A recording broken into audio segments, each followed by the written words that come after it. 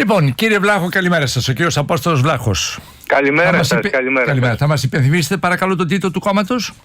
Κεντρική πορεία. Το κόμμα της μεσαίας τάξης και της ελεύθερης οικονομίας. Μάλιστα. Λοιπόν, πάμε να δούμε λοιπόν τώρα εάν, όπως έλεγε και είπαμε ο κύριος Μάνος Ματσαγκάνης πριν από 2-3 Κυριακές, έγραψε ένα εξαιρετικό άρθρο για την αμοιβή, την ιστορία των αμοιβών στην Ελλάδα. Φαντάζομαι ότι όποιος θέλει να είναι ενημερωμένος πρέπει να διαβάσει αυτό το άρθρο. Ο κύριος Ματσαγκάνης δεν τον λες ούτε κυβερνητικό ούτε μισοτακικό. Είναι καθηγητής δημόσιας οικονομικής στο Πολυτεχνείο του Μιλάνου και εδώ σε προγράμματα του ΕΛΙΑΜΕΠ. Οι κοινωνικοί εταίροι, κύριε Βλάχο, μπορούν να ανταποκριθούν τώρα με βάση με αυτό που απελευθέρωσε τις συλλογικές συμβάσεις η κυβέρνηση, να μπορέσουν να ανταποκριθούν στο ζητούμενο του εργαζόμενου, έτσι ο μέσος μισθός, δεν μιλάω για το βασικό, ο μέσος μισθός να πάει πιο πάνω, να αγγίξει ας πούμε τα 2.000 ευρώ. Μπορεί το 90% της οικονομίας μας που είναι οι μικρομεσαίες επιχειρήσεις να ανταποκριθούν σε αυτό το λογικό αίτημα?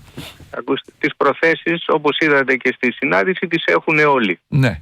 Από εκεί και πέρα όμως υπάρχουν δομικά προβλήματα τα οποία δεν μπορούν να αυξήσουν τους μισθούς με αυτή τη λογική το γύρισα ένα διακόπτη και ανέβηκαν οι μισθοί. Η κάθε επιχείρηση και ο κάθε κλάδος, προσοχή, δεν είναι όλες οι επιχειρήσεις, ούτε ο κλάδος, ο κλάδι είναι όλοι. Βλέπουν πρωτίστως εάν τα οικονομικά τους το επιτρέπουν. Και τα οικονομικά, υπάρχει μια παρεξήγηση.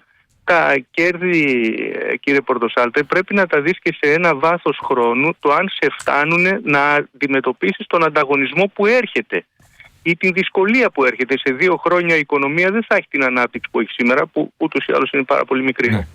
Άρα λοιπόν πρέπει αυτό να γίνει και κλαδικά. Δηλαδή ξεκινάτε από το δεδομένο ότι η ελληνική οικονομία έχει 90% μικρομεσαίες επιχειρήσεις για σας και ως κόμμα και ως αρχηγός. Είναι κάτι λογικό? Όχι βέβαια, αλλά προσέξτε. Γιατί δεν ξεκινάμε από τη βάση του θέματος? Ναι. Και να βοηθήσουμε να φτιάξουμε μια αντίληψη σιγά σιγά ότι οι μικρομεσαίες πρέπει να ενωθούν κάποιες και να γίνουν ανακλάδο μεγαλύτερες. Τι λέτε? Εμείς αυτό το οποίο λέμε είναι ότι πρέπει να δημιουργηθεί μια νέα γενιά εθνικών πρωταθλητών των επιχειρήσεων. Εθνικών. Αυτό όμως από μόνο του, όπως το περιμένουν κάποιοι, δεν πρόκειται να γίνει, γιατί το περιβάλλον στο οποίο επιχειρούν σήμερα οι μικρές επιχειρήσεις δεν είναι θετικό, είναι αρνητικό. Γιατί πρώτα απ' όλα είναι κλειστό το θέμα το πώς διαμοιράζονται οι δημόσιες προμήθειες, οι δημόσιες δαπάνες. Δεν μοιράζονται ελεύθερα, τις παίρνουν οι μέτεροι. Αυτό μπορεί να είναι μια πολύ μεγάλη συζήτηση. Ακούστε όμως τι γίνεται. Οι μικρές επιχειρήσεις λοιπόν πρέπει πρώτα απ' όλα να βρουν καινούργιες μορφές χρηματοδότησης. Οι μέτεροι λέτε, δεν θα το αποδείξουμε αυτό, οι μέτεροι, αλλά εγώ να δεχτώ το οι μέτεροι. Ναι, το παίρνει οι μέτεροι. Μήπως οι μέτεροι όμως είναι και μεγάλες εταιρείες? Λέω. Είναι οι μέτεροι. Ναι, αλλά πάω με το συλλογισμό σας. Στα 40 χρόνια αυτά, στα 40 χρόνια, εγώ δεν το λέω, στα 40 χρόνια οι μέτεροι γίνανε όλο και μεγαλύτεροι. Και τώρα φτάσαμε σε ένα αδιέξοδο. Όχι αδιέξοδο, συγγνώμη, είναι βαριά λέξη. Έχει γίνει ένας κύκλος πια που δεν μπορεί να εξελιχθεί περαιτέρω. Αλλά θέλω λίγο να μείνω στο Θεό. Ακούστε λίγο. Δεν μπορείς με 4,5 τράπεζες να χρηματοδοτήσεις τις μικρές επιχειρήσεις. Εμένα ήρθαν τώρα και με δίνουν δάνεια. Επειδή έχω καλές είναι επιχειρήσεις μου δίνουν δάνεια. Έλα πάρε, μάλιστα να έρθω να πάρω. Πρώτα απ' όλα τα επιτόκια είναι τεράστια για αυτό το οποίο ζούμε. Μου δίνουν από 5,5% έως 6,5%. Είναι πάρα πολύ μεγάλο. Δεύτερον, σας το λέω ειλικρινά, αναρωτιέμαι αυτά τα λεφτά που θα μου δώσουν τι θα τα κάνω? Ποιες είναι οι καινούργιες επενδυτικές ευκαιρίες οι οποίες έχω? Άμα δεν το ξέρετε εσείς, ποιος σας το πει? Σε αυτήν την αγορά λοιπόν, σε αυτή την Ελλάδα που ζούμε. Όχι, μισό λεπτό.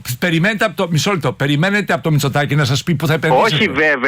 Όχι βέβαια, κύριε Πορτοσάλτε. Δεν περιμένουμε από το Μητσοτάκη τίποτα. Αλλά όμως θα μου πείτε, θα περίμενα από τα επιμελητήρια, βεβαίως. Θα περίμενα από πάλι στο πρόβλημα με πηγαίνετε, κύριε Βλάχο, και για μένα στη δική μου ματιά και το επιμελητήριο πρόβλημα είναι. Η προοπτική λοιπόν, ακούστε λίγο, η προοπτική λοιπόν είναι ότι πρέπει να βρεθούν, παραδείγματος χάρη, νέοι χρηματοδοτικοί. Γιατί προσέξτε τι μου λέτε, κύριε Βλάχο, για να κάνουμε ελεύθερη ανοιχτή συζήτηση. Γιατί μου λέτε, αν είχα πρόσβαση στο κράτος θα ήμουν και εγώ καλός επιχειρηματίας. Γιατί αντιλαμβάνομαι τι θα. Γιατί. Είδατε με βέβαια. Αν δεν φύγουμε από την νοοτροπία όμως ότι εγώ θα έχω ως βασικό προμηθευτή το κράτος, γιατί θα μπορούσα να γίνω κι εγώ επιχειρηματίας, κύριε Βλάχο. Αλλά δεν έγινε, γιατί δεν το έχω. Αλλά δυστυχώς όμως, ο μεγαλύτερος πελάτης. Δυστυχώς. Μάθαμε λοιπόν 100 χρόνια ότι ο βασικός πελάτης είναι το κράτος. Αυτό είναι το πρόβλημα. Αυτό όμως είναι το μεγάλο πρόβλημα, κύριε Βλάχο, ή δεν το λέμε? Όχι, αυτό είναι το μεγάλο πρόβλημα. Πριν πάμε στο τι θα. Γιατί τώρα εσείς μου είπατε και τις τράπεζες, αλλά οι τράπεζες είδατε ότι ήρθαν στον καλό επιχειρηματία. Ήρθαν σε αυτόν που τα έχει τακτοποιημένα. Δεν πήγανε στον Πορτοσάλτε, που ο οποίος είναι ελληματικός. Ναι, κύριε Πορτοσάλτε, αλλά προσέξτε, υπάρχουν όμως στην αγορά πάρα πολύ καλές επιχειρήσεις, οι οποίες και νέες επιχειρήσεις, και τα νέα τα παιδιά, τα οποία το μόνο που ξέρουν να κάνουν να πάνε να φτιάξουν καφέ και σουβλάκια, αυτοί οι άνθρωποι δεν μπορούν να έχουν πρόσβαση στις τράπεζες. Αυτοί λοιπόν όμως θα μπορούσαν να έχουν. Αλλά μετά θέλουμε και σοβαρό τραπεζικό σύστημα και υγιές τραπεζικό σύστημα. Δεν μπορεί η τράπεζα να ξανακάνουμε τα λάθη της χρεοκοπίας. Τώρα χρεοκοπήσαμε ακόμη, που δεν είναι 10 χρόνια. Δεν είναι μόνο. Δεν με αφήνει όμως να το πω. Προσέξτε λίγο. Θα μπορούσε να είναι κάτι αδιαφορετικό από τις τράπεζες. Ένα χρηματιστήριο για μικρές επιχειρήσεις.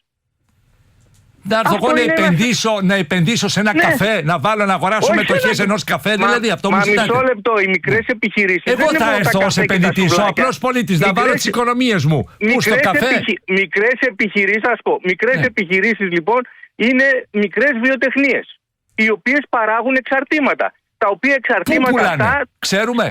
Στη Γερμανία. Πουλάνε στη Γερμανία για τα όπλα. Πουλάνε σε χώρες. Άρα μία πρόταση είναι να κάνουμε ένα χρηματιστήριο μικρομεσαίων εταιριών. Βεβαίως. Δεύτερον, πρέπει να δοθεί λύση στο κόστος εκτός από την ενέργεια, το οποίο λίγο πολύ το έχουν συζητήσει άλλοι. Η άποψη δική μας είναι ότι πρέπει να δοθεί δυνατότητα αυξήσεων στους μισθούς χωρίς επιβάρηση ασφαλιστικών εισφορών, με προδιαγραφές. Τρίτον, έχουν. Ποιος θα τις δώσει τις μισθούς? Εσείς, αφού μου λέτε δεν μπορεί να τις δώσουν οι μικρομεσαίες επιχειρήσεις μισθούς. Μα δεν μπορείς, γιατί άμα πας να τον πεις σήμερα θα σου δώσω 100 ευρώ.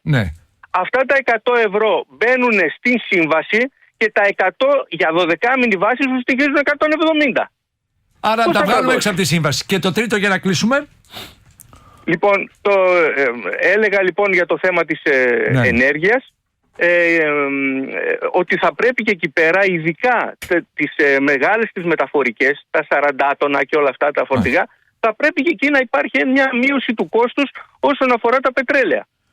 Δεν λέω τα μικρά τα βανάκια. Δηλαδή να επιδοτούμε τα πάντα. Δηλαδή εγώ με το φόρο μου θα επιδοτώ το βανάκι, τον Αντωνάκη, τη Μαριγούλα. Δεν γίνεται, κύριε Βλάχο μου, τι να κάνω τώρα?